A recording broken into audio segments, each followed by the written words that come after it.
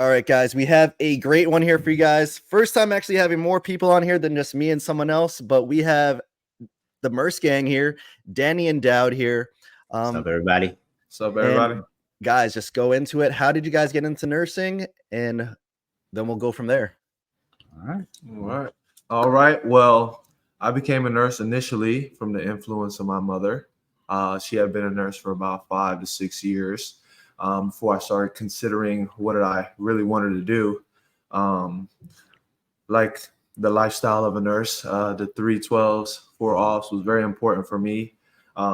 Just because as much as I do love my job, I also love things outside my job, work-life balance. So with the influence of my mom, seeing how she's able to take care of us, especially as a single mother, and the things that she was able to accomplish, whether it's house-wise or car-wise, and being able to take care of me or our family, really just from that, and having the ability to be able to work more if you want, work the minimum if you want is also very important. So my mother was a big influence on me becoming a nurse for sure. Nice. It's pretty similar for me, actually. My mom also was a nurse. So I'm a first-generation immigrant. My mom came over from Nigeria. So she was actually a nurse in Nigeria, actually became a nurse during the Nigerian Civil War. So she survived her village being burned down twice, became a nurse, came over here, and her licensure didn't quite translate over. So she had to go to nursing school again. I was just a little baby. It was in Boston at that time. She had to get her nursing license again. And just seeing her go through that, it just really showed me how worth it is, because obviously she's working 12s, same type of deal, working overnights. We were, putting ourselves on the bus, me and my 4 sisters heading to school. But although she was drained as a single mom, she was very fulfilled. Like she found like great pride in doing that. And it really just translated into me and my sisters. So we're all in the nursing realm. I have a sister who's a nurse practitioner. One's a nurse for a government organization.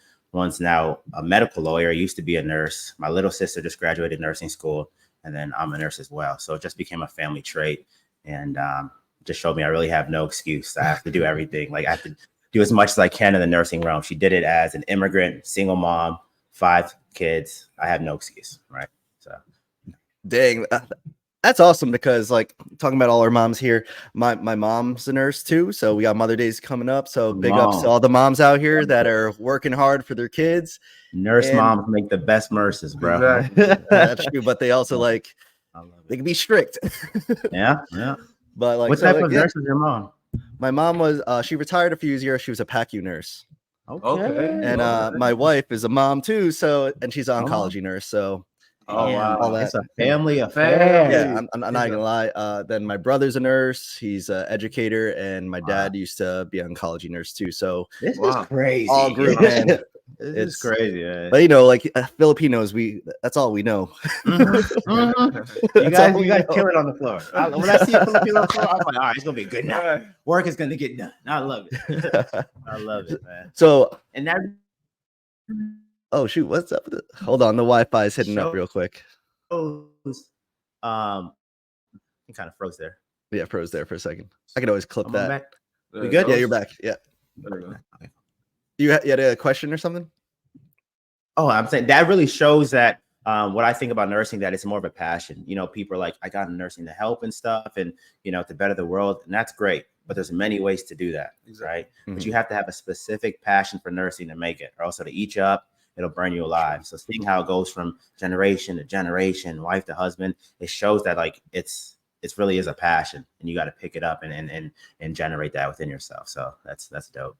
Oh, 100%. And how long have you guys been nurses? Only about like a year. Oh, about a year, both of us. Yeah. You guys graduated the same time? You guys were classmates? Yeah, we went to nurse school together. Same time. Yep. So how many guys were in your class? Like 4. Like 4 out of like 30. Yeah. So we just hit it off immediately. So I was like, yeah, man, let's see how far we can take this thing. Started doing content during nursing school and just ran with it, man. So. And what was your guys' background before you guys went into nursing? So my background, I went to Randolph-Macon College for 1 year before, right before I went into nursing school. I was into basketball. I went there for basketball. Played there for about a year. And then I went, to a nursing school, ECPI University in Manassas, because I wanted to kind of make sure I do accomplish what I need to accomplish to be able to, hold my own when I move out or get an apartment or whatever it is. So I kind of wanted to get a head start. So I just left the first year, went into nursing school. So my history is kind of short, that one. Yeah, so I was actually in the Air Force, and I was a young man. I joined. I was like 17. I was young, gun ho. I went to special operations, actually not medicine. I was like, yeah, this is what I want to do forever. I want to be a hero. Cool, awesome. Then I had a mentor sit me down. He's like, hey, this specific sector of special operations, it's a young man's game. You're deploying. Your family life isn't that great. You're always going on missions and whatnot. I saw, like, he really poured into me. He's like, I saw during our survival medicine portion, you did really good in that. You excelled in it. Do you have a background in that? And I'm like, actually, like we just talked about, my whole dang family. But I try to avoid it, being a rebellious young man. I'm like, I don't want to do it. My mom's trying to make me, I don't want to. Come to find out, it's the best thing I ever did. And then I cross-trained into being a flight medicine technician, fell in love with it. And I was like, okay, I love taking care of my patients, but I want to have a greater scope of care for them, a greater autonomy. And of course, nursing was the next step. So. Dang. So also thank you for your service.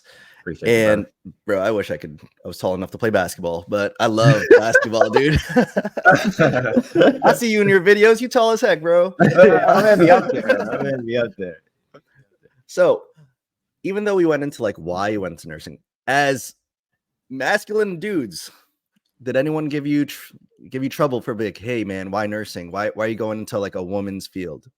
Yeah. Hell yeah. Yeah, so people do look at you a little weird, especially us being males. But at the same time, we do offer different things.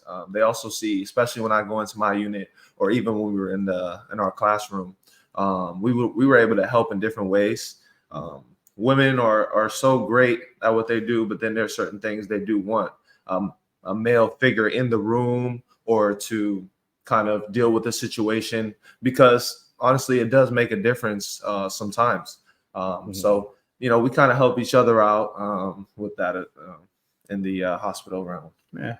I think, sometimes it's like, it's like 90% female. So sometimes we do get that, what are you guys doing here? Did you fail out of being a doctor or whatever? Like, no, this is our choice, right? There's proud, strong men in nursing. But also, of course, it's important to understand kind of, the female mind. Majority of our coworkers are female. So I think, being raised by single moms and, having 4 sisters really helps with that. So we're still, masculine, but we understand kind of the female aspect of it, because you're dealing with all sorts of patients. And of course, your coworkers are not oftentimes male. So it's important to understand that. So. And also I want to add, I think it's important that we do show us, all 3 of us being nurses, that it isn't just a female field, and that we do need more men in the field as well to help out and bring what they're good at to the floor as well. So I think that's important. Oh, 100%. And when I was on the units that I worked on before where I'm at now, like you said, 99% females. And then once I got to like procedural areas, then it's like complete reversal, like 80% dudes where you're just like, all right, let's just get work done and just hang out. Like, it's a total different mindset. So what units are you guys working on? What kind of specialties? So first year I started at urgent care for a company called Patient First. I worked all throughout the Northern Virginia region. I just recently started a job in the neuro IMC unit in Inova, Fairfax. So like I said, I'm in the beginning stages of that one. So that's going to be a lot of new experiences for me. But I'm very excited. I'm ready to learn. In urgent care, you don't really use as many skills as you learned in school, and you can tend to forget a little bit because, if you don't practice, you'll forget. So very excited to go into neuro IMC and be able to kind of become a better nurse. But muscle memory, you'll get it back. Muscle memory. So I'm actually in cardiac ICU, cardiovascular ICU. So my patients are post-interventional from cardiac surgery. So a lot of bypasses and valve surgeries. As far as ICUs go, it's a little bit different. It's a lot more uplifting because you're seeing your patients post-intervention. You're expecting them to survive. You're expecting them to have a better quality of life. Whereas, other ICUs, it's like this person can tank at any time. This person, could, God forbid, pass at any time. And it's still very much possible in cardiovascular ICU, but by nature of the surgery, they should be getting better. So it should be a happy story. And then I just recently cross-trained to PICU, pediatric ICU as well, which is a completely different world. Went from like serious hearts and surgeons in there to like, hey, you want a popsicle? Like, so it's like completely different. And I always swore up and down I never do anything pediatric because I do love kids. And I'm like, just seeing like a child in the hospital bed, pent up, I'm like, that would break me. And it's still tough, but seeing that I'm able to help them is what's super rewarding. So it's just two different sides of the spectrum, and I work them both in the same week. And it kind of helps my practice in each one. I have some teenagers that are not compliant, and I'm like, hey, I'm working with adults who are getting cardiac surgery who lived a whole life of not being compliant, of making bad choices. I don't want to be seeing you on the 3rd floor. Okay. I'm seeing you now, pediatric floor. I don't want to be seeing you there later. So let's nip this in the bud now. So it kind of helps my practice seeing both ends of the spectrum. It's pretty cool. So was that forced on you, or you chose to do PICU? No, that forced on you. Everyone thinks that. I was like, I was offered it. I have a blessing of having like a really great director. And she knows I'm in NP school. So she was like, well, let's, do you want to try this? They need help. And she let me float one day, and the rest is history. I loved it. So since you just touched on NP school, why did you go into NP school instead of CRNA? Because most CT ICU nurses are just like, yo, let me get my 1 year, 2 year experience and make the big bucks. Yeah, everyone does think that, and kudos to them. That's a whole robust program to be going through, and I definitely respect that practice. But for me, as far as being behind the apron on surgeries, that's not really something. I got the chance to sit on surgeries, and that's not really something that like I think would fulfill me. Definitely, it's sensitive. It's obviously a great level of care, and they do of course intubations and stuff. But I want to be like an ICC, managing the floors, face to face with the patients consistently, there for the codes, things like that. So just being a nurse practitioner, and then the flexibility. You can be like in different specialties in the ICU, like the ones we just named and stuff. But if you're an anesthetist or CRNA, it's kind of like, pretty similar stuff daily, which is good. You're the master of what you do. But I want to be able to see different things and kind of walk my patient from beginning to end. So, and Daud, do you have any thoughts of grad school? So yes, I do want to go into CRNA school. There you go. So, I mean, that's cool. So I am, like I said, I'm starting in neuro IMC. It's right there on the same floor as the ICU there at Inova Fairfax. So I plan to do about a year or so in the neuro, go over to ICU, and like you said, the year or two experience, and try to get into that school and see what I can do. So that's the goal now. Yeah. Nice. Because I just had some CRNAs. I also had some NPs already on here, and just similar talks. They're like, yeah, you could, for NP, you could go into all different specialties. CRNAs, yeah, you're stuck with your anesthesia surgery, but you could also become very financially independent. Money good. Yeah. Oh yeah. Very chilly. What about you, man? What's next for you? I mean, I know you're doing so much. Dude, I'm an NP dropout, man. Okay. You said proud.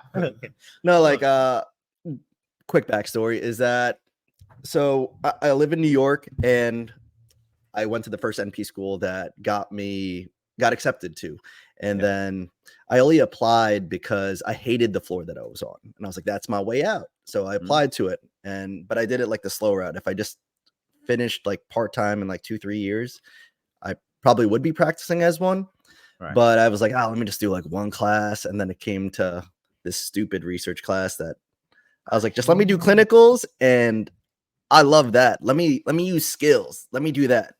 Right. But when it came down to paperwork, I was like, man, this ain't it. And then I started really like shadowing and doing all my clinicals with some of the NPs in my hospital that I work at. And I was like, they are worked to the bone. And I was like, when I could just be a good old RN, regular nurse out here, right? Regular nurse out here, do my job, do it well, go home and not have to worry about anyone calling me at the end of the day. And That's then fair. and so like I end up being like, I don't think it's for me. I'm not sure. I don't think it's for me, but still open because they still have enough time to potentially go back because I'm almost done. And people are like, yeah, just finish it and we could figure it out from there, especially with all the new fields opening up for NPs and all that. So it's not bad, but I don't know how the pay is down there where you guys are in Virginia. So in New York, it's slowly creeping up to California type money where like, so NPs here in the hospital I work at, you have to work 4 10s, but you're usually there longer and they're kind of skimpy on giving you that OT. But for nurses, they'll throw as much OT as possible. So if I wanted to work if I wanted to work the 4th shift, that's time and a half, and I don't have to pay for DA, NPI number, any of that. And so all that money goes to me. And if you do the math, you're pretty much making the same or even more as a regular nurse. So gotta figure it out. But and what I'm doing right now fulfills me a lot. So let's throw that there. And like I said, I'm in a procedural area. It's one patient at a time, hanging out with a bunch of the homies there, and then just get the work done, and that's it. Do you guys utilize NPs there? We do. We do. A lot of pre-op, post-op. Since I'm in an EP lab, all the fellows and attendings do all the surgeries. The NPs do all the orders. And then it could work out, but I was in school to be an FNP family, so more general. But like we were talking about, I hated doing the ped stuff. Like I was in like an urgent care for one of my clinicals, and the ped stuff I was like, damn. No matter what I'm doing, they're gonna cry. So I don't even know if this is pain right now. I'm helping they cry. What do you want? I'm here for you, dude. Yeah. So let's go into Murse Gang. What's your purpose? So basically, we're just trying to promote health and fitness through education and entertainment. Pretty simple. We do it through skits. We're on podcasts, obviously like this. We work with partners like NFL alumni, who has a campaign called Tackle Obesity. So we're helping spread fitness through that realm. And it's really just, kind of opening awareness with that, but also it's from the aspect of, like we said, kind of our smaller populace, our niche male nurses. So I think it's cool to share our perspective and how we go about our health and our fitness, and make it entertaining as well. So. Right. Doing our best to try to inspire everybody in general, but honestly, nurses as well, other nurses. And just because you're a nurse, and a lot of nurses do have a very busy schedule, that you can, have fitness side as well with the working. Just to inspire people to live a healthy life is one of the main goals as well. Yeah, that's huge. How'd you guys get a part of the NFL alumni? So it was, like I said, we like to talk about health. Like it's not just like a facade, like generally. So I saw a post and somebody was talking about, as controversial as it may be, that obesity is not a disease. For us as healthcare workers, it sounds hilarious. But for people who are looking at it from a more like aesthetic approach or more of like a judgmental approach, they're like, it's not a disease. I'm healthy. I'm just like you and me, or just like you and I, right? So I hear what you guys are saying, right? So I comment, I'm like, I hear what you guys are saying, but no, medically, obesity is a disease. In fact, it's one of the greatest risk factors in other diseases. Like we learned about in nursing school, it's like literally listed with every disease. It makes it worse or it's a greater risk factor, right? So I was like, if you go into your patient record and God forbid you're obese, you will see it listed there. It's a disease in itself. But that doesn't mean that you can't still, work out. Doesn't mean you should be judged. Nothing like that. I'm not talking aesthetically. I'm not talking, judgmentally. I'm talking medically, right? And I guess the founder of Tackle Obesity, which is the campaign for NFL Alumni Network, he was talking about it as well. And then we just got to linking up and he's like, hey, you guys should come and talk a little bit of fitness from like, a young approach and from a medical approach about, obesity and its effects, especially as we see it in like ICU and urgent care and how it affects long-term cardiac ICU and surgeries. So we were able to do that, and we have some more projects that we have coming up with him as well. So just blessed and honored to be a part of that. So. Damn. That's like the power of social media, man. You just put yourself out there and you can never know who you're going to connect with. It's wild. It's wild. Speaking of connect, yeah, you just got, we talk about it? I didn't get any of the stuff yet. Do you want to say we can? We can. Congratulations! Yeah. We got like another Murse partner. Yeah, Fabletics partner right here. Just waiting on the.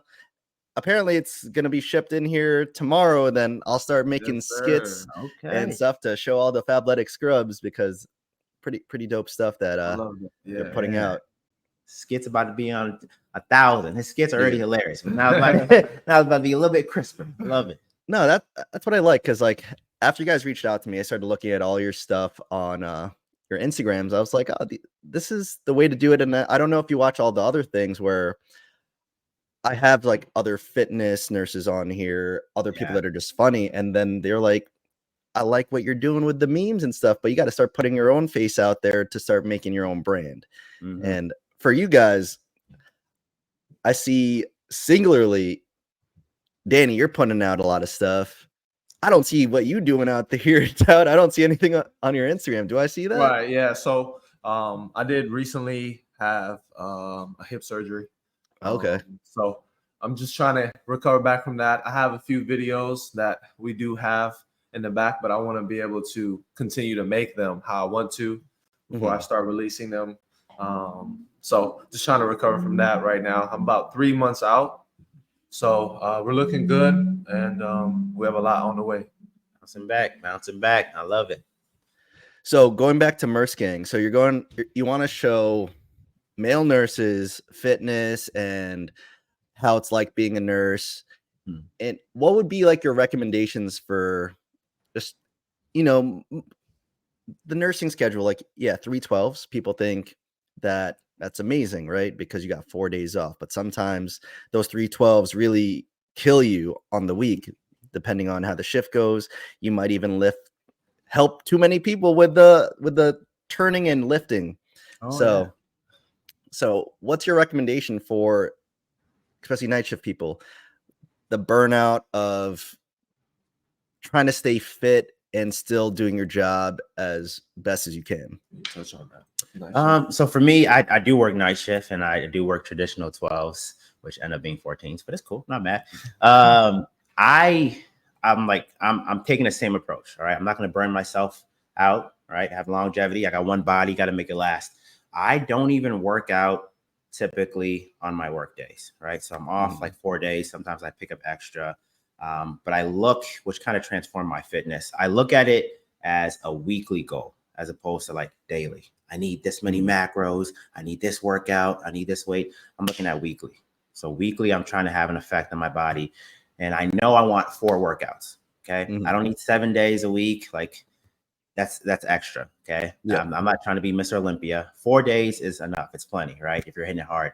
So, or 4 different occurrences of workouts. So if I do pick up extra and I'm working 4, even 5 days, then on my days off, I'll hit 2 a days.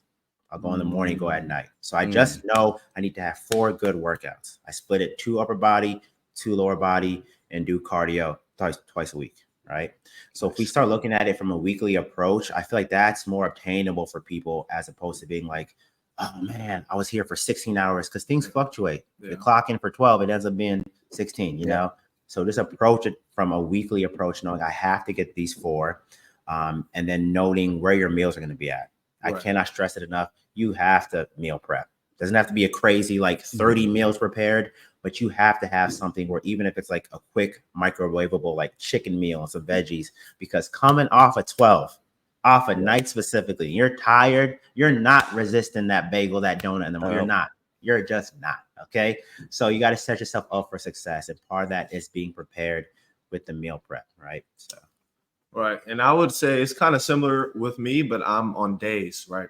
So I would work about 3 12s. I work 12 as well. So 3 to 4 12s. And it's hard, like he said, especially if you work back-to-back days, to really fit in a workout. Because the mornings is, if you work the night before, you might have had a late night, you got to get up early. It's tough to squeeze it in. But the last day of work or the days that you have off, it is more so a weekly goal.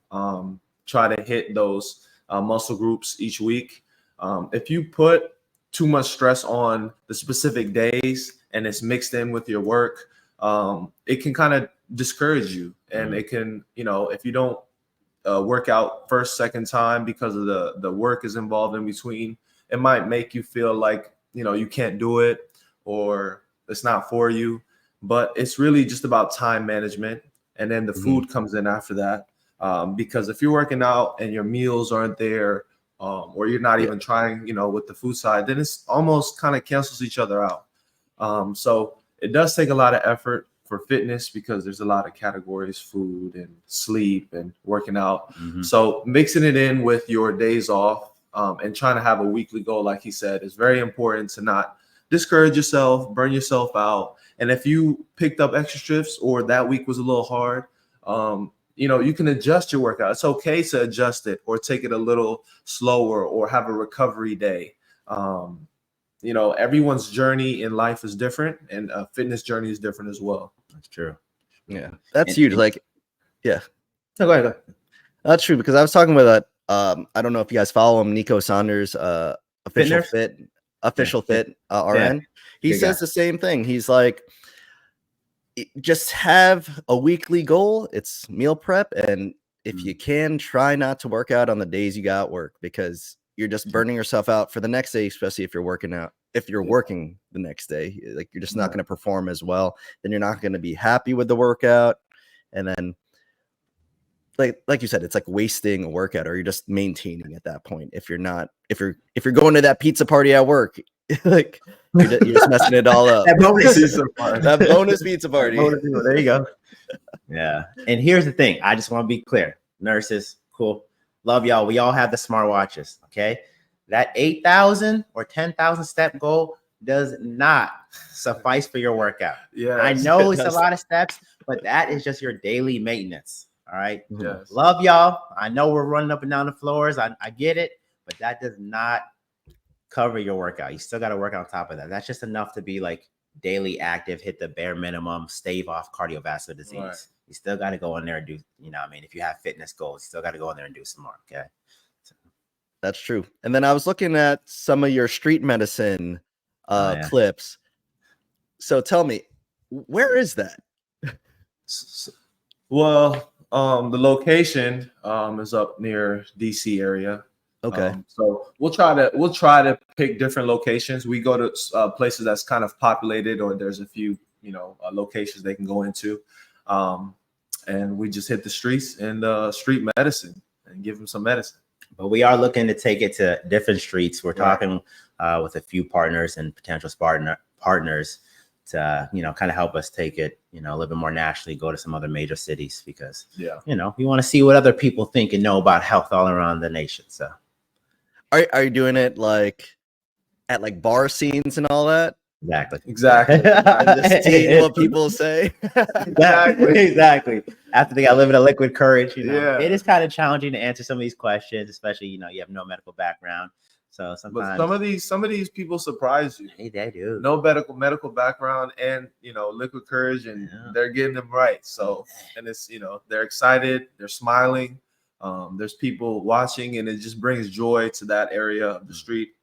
So it's awesome. It really is. We just recorded episode 3 last night, and I'm telling you, we had like the street like packed with people like, oh, can we talk next? And we want to try. So it was just awesome to see that growth, like, where it's come from since episode 1. So you're just asking questions regarding like diseases or anything like that? Yeah, exactly. So any questions that we can come up with, as well as, we're working with things with the NFL alumni with Tackle Obesity, so we could do some, some things for them as well. So there's a lot of directions we can go with it. But right now we're just asking the 5 questions to the civilians. Yeah. Do they get a prize for getting things right, or just being on camera? Eventually, yes, we're working on that. That's part of the partnerships that we're working on. But we do shout out their IGs and stuff like that as well. I try to do that for them. So that's dope. So is that going to be all on YouTube? We are going to start using YouTube just to upload like the full videos, and then on our IG and the Murse Gang official IG will be like the 1-minute kind of teaser episode. Yeah. Yeah. So we were doing the Instagram, but Mhm. I think, yeah, we're going to do the full video, especially with that, the program, and cutting it down. We could do anything we wanted with it, honestly. So Appreciate that tip, coach. So Yeah. So let's go into social media. How are you guys going to tackle social media and get your brand out there to everybody? right. You go ahead. So me personally, and I'm by no means a pro, but kind of like we talked about fitness. Mhm. If you're not setting yourself up for success, you can have the greatest plan in the world. Oh, I'm getting this gym membership and I'm getting all greens in my cupboards and my fridge. But if it's not something that's relatable to you and something you can do, it's not going to work. You're going to quit. Mhm. So for me personally, just for my mentality, I like to tackle one space at a time. Does that mean I'm going to master YouTube? No, you never. But if I have a good starting with my following, I feel comfortable on this app. I know the ins and outs. I know the, peak posting times and kind of how to integrate there.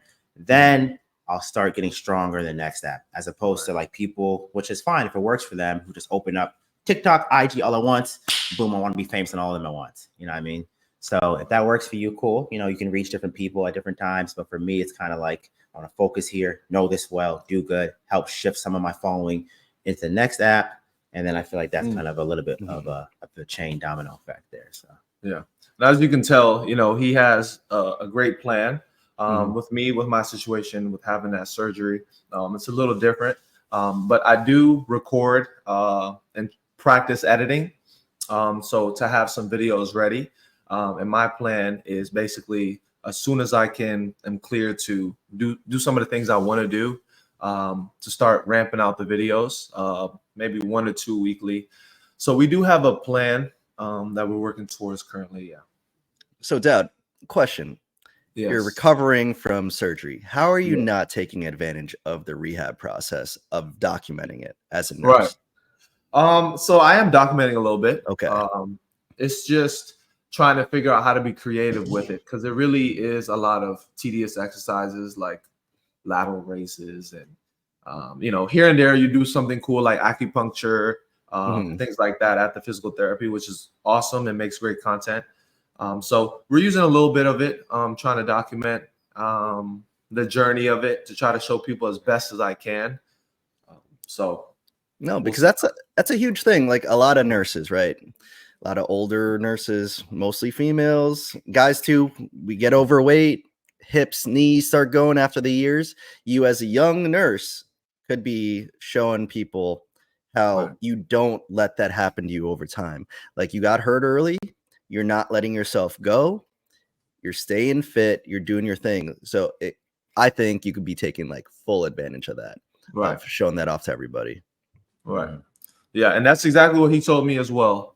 So we've been documenting a little bit, and we'll put something together for the people. So. And what made you guys go into this like entrepreneurial space? So yeah. So honestly, looking at that space, there's really no limit. So it's really what you make it. And if we put our mind to it, the goals that we can reach is just, you can't imagine what you can reach. There's no, salary cap. There's no limits how many people you can work with, how many people you can inspire. So that's the main point for me with that. So I actually had a little bit of a background in gaming, very short career. During my prereqs, not even nursing school. And a friend got me into a mobile shooting game.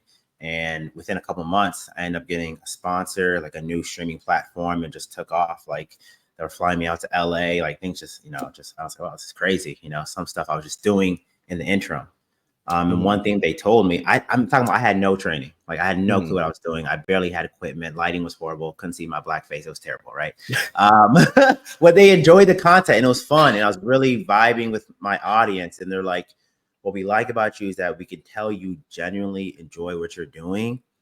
And all the rest will come. Like whether it takes years or decades or like right off the rip, the rest will come. But you can tell, if you see someone enough, you can tell if they're like, oh, I gotta, hit record again. Oh, whatever. Cool. Hey guys. And you don't mean it. No, like, you know what I mean? Yeah. So for me, that's something that I wanted to translate. And obviously we love fitness. Obviously we love nursing. So I'm like, I'm already doing this stuff. We're doing it. Might as well hit record. You know what I mean? Might as well share with the world. Might as well see where we can take it.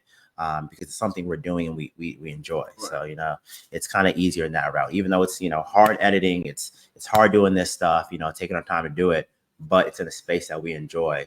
So it's going to sustain itself. We're not going to burn out from it. So I'm not going to say you're not going to burn out of it. This stuff is hard, man. I believe it. And if I believe I'm not going to burn out. And if I do, then I need to be compensated. Hey, you hear me? No, that's true. Like once you start seeing some sort of monetization roll in, that's a little boost. And then obviously we were talking about off recording that using tools like AI and stuff will definitely help the workflow going, because like what we were talking about, these 12-hour shifts definitely take a toll. And if we're not making money right away off of the businesses, that means we're also taking up an extra shift just so we can fund the businesses.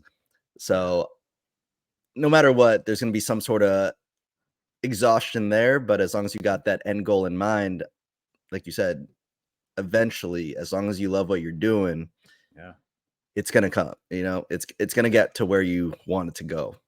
Yeah. And it's like you're saying that, you know, you can take a loss when it comes to time or even just investing in it. So I think it really is important that you enjoy like doing it, because it is a business. Can't forget it just because, you know, we're hanging out or we're doing something funny. It is still a business if you're looking at it as a business. So don't expect to become, you know, like a famous streamer, record, like, you know, off the rip. You can't just expect that, you know. The same way if you open up a restaurant, you wouldn't expect to see revenue and dividends returned within the first year. Same kind of space here. Don't expect to, you know, blow up or start getting partners or start getting, you know, checks coming in first year, first couple of years. It's also a business as well. So, yeah, that's the tough part. And from what I'm seeing, from what you guys are doing, you guys are already like pretty much getting to where you need to go. You got Fabletics on you. You're with NFL alumni. It looks like you're getting more people on your guys' brand. And how are you guys doing that? Yeah, so growing it, obviously releasing content, as well as trying to come up with new ideas to engage, as well as work with different companies and different groups of people that have the same vision or believe in the vision as us. So they'll kind of spread our content, which is very helpful, as well as another big one is while we are on the street, we do get a lot of social media, you know, trading off. They want to know about our Instagram, Murse gang, about us. And after we interview them, you know, 8 out of 10 times, they'll sit there, ask us a question about us, why we started doing it. So, yeah.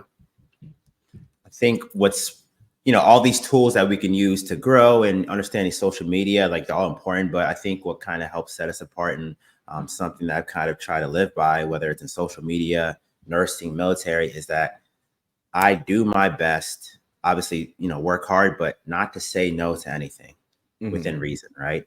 So, hey, we need someone to volunteer for this educational position. Would you go and give this briefing to new airmen? Sure, I'll do it.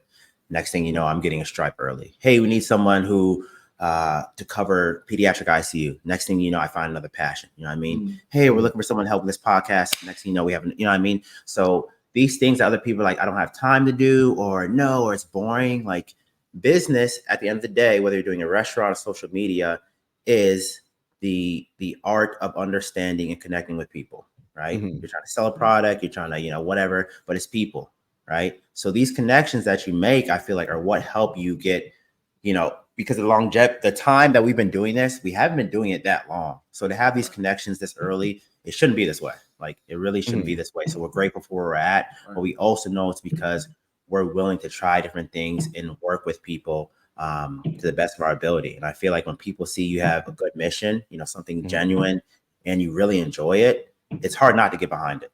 You know what I mean? It's true. So. And another thing is every time, you know, we're on the street, people are surprised about the idea. They love the idea of us going around asking them medical questions. Like I said, people are smiling, laughing.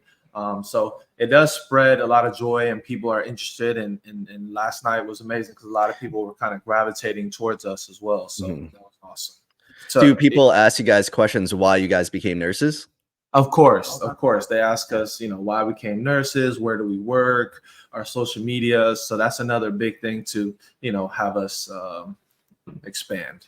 do you think you guys are bringing in more potential males into the nursing field by just talking about this?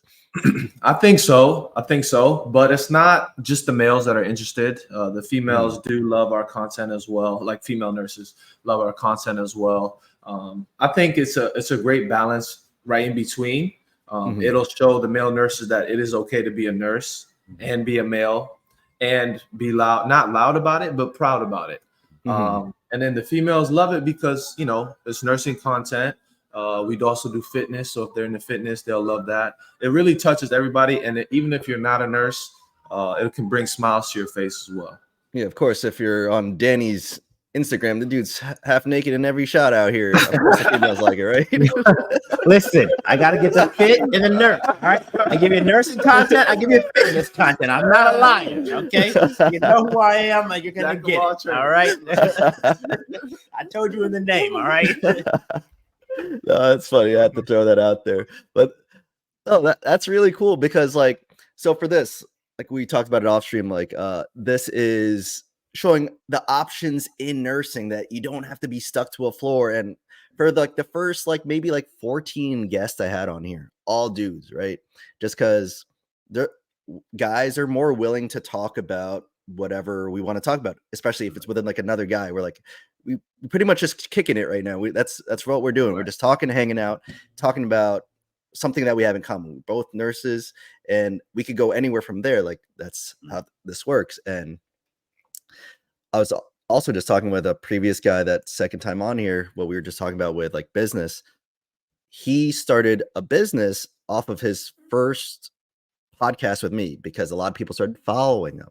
And now, since he's a work from home nurse, people like guys started hitting this guy up being like, how do I do this? And then it instantly like clicked for him. He was like, oh, I got a business model now. And then the episode that's coming out probably this Wednesday, the biggest thing was saying, your network is your net worth. And just because he was on this one episode and we didn't even have like that many views on it because I switched everything to a different channel to this one that we're currently on. Still a lot of people hit him up. Now he has like his little stand store. People are buying his programs and trying to figure it out. And now he's making some money off of it. So that's beautiful. It's awesome. Huge. Yeah, man. Yeah. Good for him. Wow. That's awesome. So I think that's like the important part about it. Like, you know, your network, whether it's people who are just supporting or people who you're partnered with, you just learn so much from them. You have connections from them, you know, even, you know, some of our partners are like, well, here's like a social media coach who has like 1 million followers. Like, you know, these are invaluable experiences. Stuff you just told us, like that's invaluable. You know what I mean? So that helps jettison you quicker than just, you know, grinding it out on your own, which is why the network and, you know, not saying no, if you can help it is a beautiful thing. And I feel like, well, like what I was talking to you, like the invaluable information that we give each other. I feel like that's huge because I know a lot of people are so competitive and being like, hey man, if I give them too much, they're going to take my spot. In social media, I don't think so. Because I feel, for me at least, I don't care if you guys get bigger than me. If anything, when you guys get a podcast, I want to be a guest on it. Come on. If you get big, we're getting big. We're coming with you, bro. Like, come on. So like, that's, I think, I don't want to sound like sexist or something. I think it's a guy thing where you're a little bit more open to helping a little bit, not as much cattiness. And I'm probably going to get ripped in the comments for saying that. But I think that's it. Yeah, I definitely agree. It's like, all right, so if you like Coke, you like drinking Coca-Cola, you can still like drinking Sunkist, right? You don't have to have just one, you know what I mean? You like watching ESPN, you still might like watching Disney, you know what I mean? So because someone's like watching us, clicking on us, they can also watch you know what I mean? So I don't know why people, I mean, it's human nature, I guess, but like just because someone's promoted doesn't mean you're getting demoted. And if you have that mindset, you need to switch it up immediately because that is not a success model for anything. Exactly. You know what I mean? So you need people, you know what I mean? I mean, I hope you enjoy people. Like, not just need them, you enjoy people. Especially if at Nurse, we working with a lot of people. But you need people to accelerate their growth. So it's like, if they're doing better, you know, you're going to do better and vice versa. The stuff you bounce off each other, like you need that iron sharpening iron. So why would you want to be like, if you're in a room and you're the best at everything, you got to leave that room. 100%. You got to go another room so where you can learn some things. So you have to be able to humble yourself and be like, I'm not there. I want to be there, but I'm also happy for them where they're at. Now, how can I get like that? Like, Exactly. you know, so it's huge. And other than you guys having Murse Gang as your main, I guess you could say, side hustle business, do you guys have any other side hustles going on as well? Well, in the back alleys, no. I'm also it's called a tutor. I'm a tutor as well. So I've been tutoring for a couple of years. So it's still nurse related, but yeah, I tutor as well. Yeah, majority of our time is either working. So I do have that neuro IMC job as well as part-time at the urgent care. So those are two my main sources, as well as fitness. So those four really take up a lot of my time, or those three take up a lot of my time, and those are my passions. So I'm just fine doing that and trying to better myself in those realms. We might have to learn how to do some coin sliding like you, though, man. Let the coins work for themselves, man. You have to teach us. Man, that's what you got to do if you want to. If we wanted to go to personal finance, that's like I'm a geek when it comes to that stuff. Like, obviously, you need money to make money, so that's why I'm asking you the entrepreneurial stuff. But before you get there, how's the pay in Virginia? You guys are like the DMV area, or just like Virginia? Definite, like mostly. Yeah, right now we're like literally on the border of Virginia and DC. DC is a little bit better. DC, Maryland are like a little bit better, averaging like for a new grad, you can be hitting closer to 40, like 41. Whereas like Northern Virginia, you're looking at mid 30s, 35, 36. And the further south you go into like Central Virginia, it's more like 32 ish. So that's tough though. We're not looking at Cali, New York rates, brother. No, man. Like Cali, people laugh at the New York rates, and that's tough. And then, what are you guys averaging? Like new grads and average nurse? What are you guys looking at? Where's my phone? I could show you a little chart really quick. A new grad is making. Give me 1 second here. A new grad at the hospital that I am making, and starting 2024, no experience, $116,000 a year. Excuse me. And then starting 2025, January 1st, they're going to be making 122. That's insane. But also your cost of living. I feel like you get a broom closet for like $4,000 there. Yeah, man. And then as your experience goes up, the pay goes up. So I'm working on going to be on my 13th year. Once it hits January, my base salary will be $140K. Awesome. That's awesome, bro. That's crazy. So that's what I'm saying. Learned, man. Well, I hope so. Shoot, I wish I could get that Cali money where they're making that. And like, I don't know if you guys know, like Cali, they have labor laws, right? So if you sign up for, I might be getting this wrong, but I was talking with a few Cali nurses that if you sign up as a 8-hour shift nurse, right? So you're doing your 8-hour shifts, and then you say you'll stay for the 12-hour shift, the 4 hours, because you're staying after it, and that's not your shift. Even though it counts as overtime, instead of getting time and a half, they're going to give you double time. Wow. So if they're already making like on top of their 80 an hour, they're making like 160 an hour for those extra 4 hours. So a lot of the nurses choose 8-hour shifts as their time slot, part-time, so they don't have to do 40 hours. And they're still making like what I'm making as a part-timer just by staying as like the extra 4 hours a day. Those 4 hours, you end up making more than the 8 hours you're there. Wild. Yeah, that's very smart to do, is staying part-time and picking up exactly when you want and it fits best and get you a little extra hours. And they pay extremely well over there. So that's awesome for them. And because of that, isn't it harder to kind of break into like Cali nursing now? Like not gatekeeping, but like it's tougher because everyone's trying to like recent California laws, especially I don't know if you follow him, Jason from Nurses to Riches. They're pretty big on YouTube. He was from New York. They went to him and his wife went to California, and that's what he talks about. The money you could make out there in California, then you get the entrepreneurial spaces. As long as you're a nurse making money, like big money somehow with nursing or whatever you're doing outside, the dude's gonna reach out to you to be on his podcast. Like, so it's like one of those things where he literally goes down the breakdown of how much people could be making in nursing and why people should potentially look into nursing. Yeah. Because I always talk about it with people that come on here or ask questions like, what should I do with like a second degree if they're not liking what they're liking? Because obviously there's like accelerated programs that you get into nursing with 12, 16, 18 months. Yeah. It's one of those things like, what bachelorette degree can you make instantly 6 figures? Like, there is fair no way to look at it. Yeah.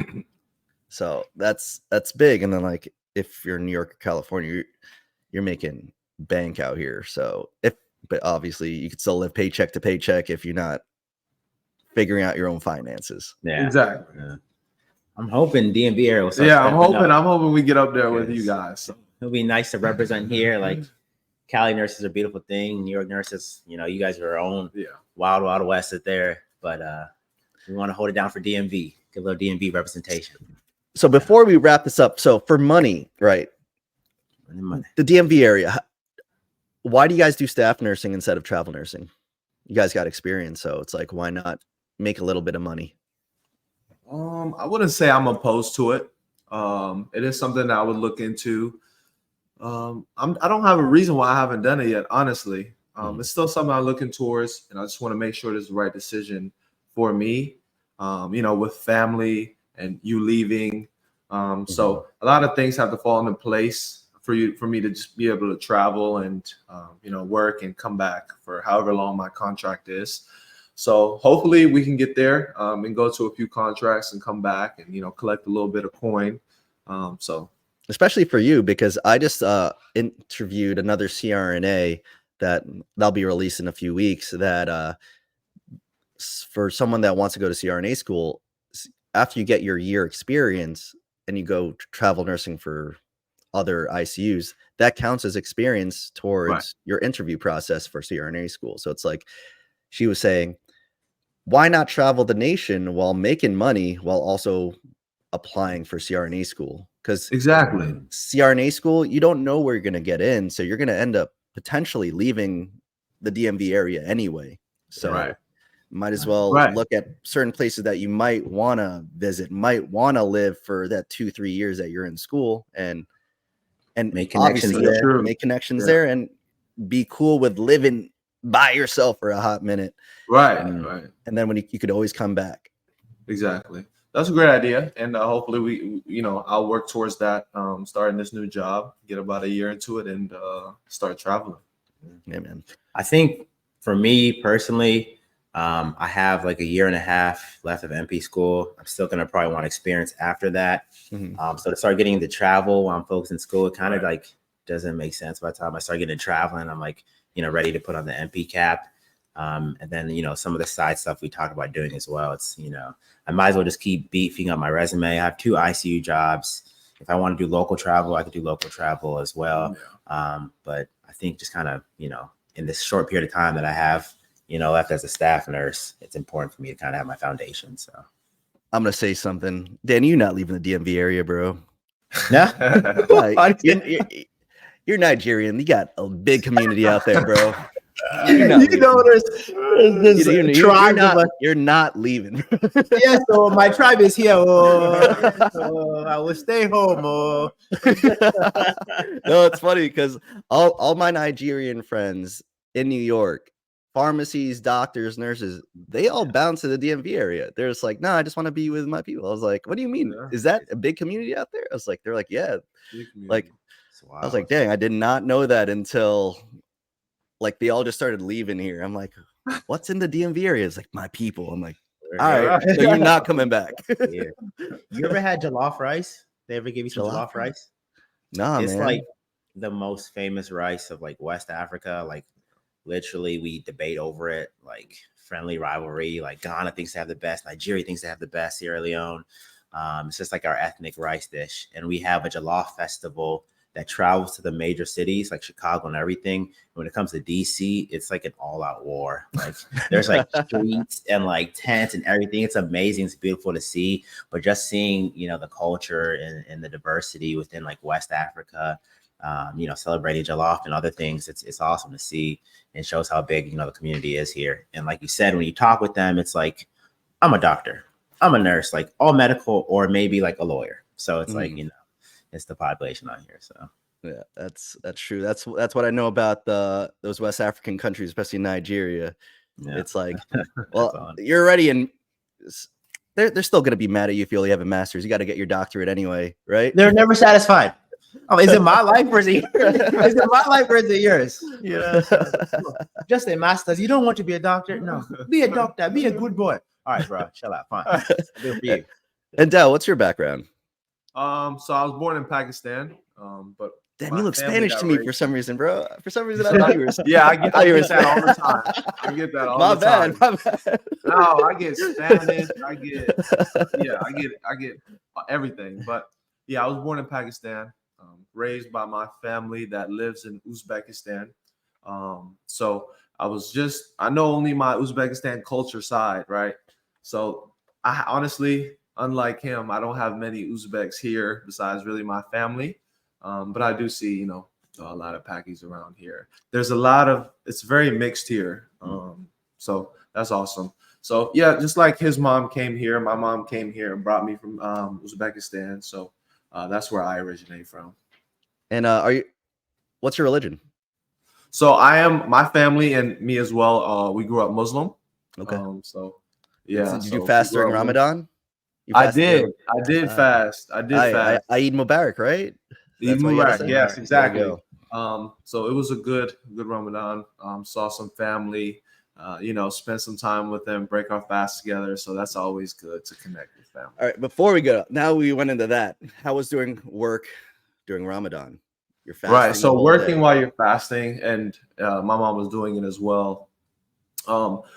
It's honestly not too bad because you're so distracted and you kind of forget. Even with my mom, she was like, honestly, I don't have to worry about breakfast. I don't have to worry about lunch. It's kind of, you know, obviously you get hungry here and there, you know, and not having water is very tough. That's the toughest part, honestly, at least for me, is the no water. Food is fine. No water is tougher. But it's not as bad as you think. You do get thirsty. The hunger kind of just subsides, especially when you're doing 30 days. Yeah. So for me, it wasn't too bad. You definitely have to plan your fast, breaking your fast at the end of the shift, because that's very important. But a lot of different people have different experiences with the fast, you know? Yeah. Do you feel like it's almost like better to be working when you're fasting? Obviously that burns more calories, but like you're more distracted. It's definitely a lot easier to fast. Some people like, oh, especially kids, they're like, oh, I'm just going to sleep all day and wake up at night. That doesn't really, honestly, it doesn't really count as fasting because you're not awake. You're not actually suffering at all or making a sacrifice. Yeah, because I have some coworkers that practice, and man, working with a bunch of like Filipinos and Indians where we always got food coming in, they were like, damn, I got to get out of this real quick. They just like walked around to the other side. They're like, I don't know, you guys are making it hard for me to practice right now. Exactly. But then there's people on like Kyrie Irving that will be fasting and play his game and break his fast at halftime. Insane. You know, so things like that are very inspiring. People like him, and not just him, but that's a great example of sacrificing, even though he's an athlete. You know, he'll abstain from water. I don't know if they do IVs and stuff. That's not considered fasting if you get IVs over there, but or like, you know, liquids to hydrate. But no food and things, and he'll go out and play, and it's crazy. And he had a big game. Obviously, you know, he's a testament of you don't have to have a meal to be able to perform, but you know, I'm sure his recoveries, he does feel it. His body aches and things like that. But he's a great example of sacrificing for sure. All right, guys. Daud, Danny, this was a lot of fun. We went over a lot of things here. Yeah. So if people want to get in contact with you, how would they get in contact with you guys? So my Instagram is Daud_Avaziv with the number 1. And then my IG Instagram is FIT_nurse_Daniel. And then our collective Murse gang is Murse_gang. Gmail as well. If you want to have any business inquiries or looking for partnerships, will be mursegang@gmail.com. And I'll put that all in the description down below. And lastly, for anyone that wants to get into nursing, what's your advice for them? I would say, yeah. Well, it depends. If you're a male, don't be discouraged that it's a female field. Females don't have to really worry about that too much. And honestly, a lot of people might come in your ear and say, oh, this is hard. Oh, this class was extremely hard. Just remember, everybody has their own experience with each class. And as long as you stay focused, it's very, very doable. A lot of people just kind of discourage themselves, and you have to have confidence that you can do it. Working as a team with your classmates is very important, which was very important for me. Using my resources was very important as well. And time management, not just for nurse school, but life, those are very important. I would say definitely to not forget your why, right? Not trying to be cliche, but you cannot forget your why in nursing, because no matter whether it's a nursing school or being on the floor, you're going to face tough days. That's the nature of it. You're walking into a tough environment. You're walking into a patient's room on their worst day. You're hearing it from doctors above you. You're hearing it from patient family. It's going to be tough. And the check is probably not going to be compensatory to the effort. So you have to remember your purpose, whether it's legacy, even the financial freedom to have days off to go and start another business, or for whatever reason you're doing it. You have to remember that why, especially during nursing school, because doubt's going to creep in, right? Do I need this? I have my previous degree. Oh, I could have been this, right? So you have to know for sure you want to do it and why you're doing this, and that'll carry on throughout your career. Yeah, that was great advice from both you guys. So again, thank you guys for hanging out with me. We went past an hour. I'm pretty sure I'll be inviting you back on here in a few months to see where you guys are at. We appreciate you, brother, man. It's been a pleasure. All right. Have a great weekend, guys. Thank you.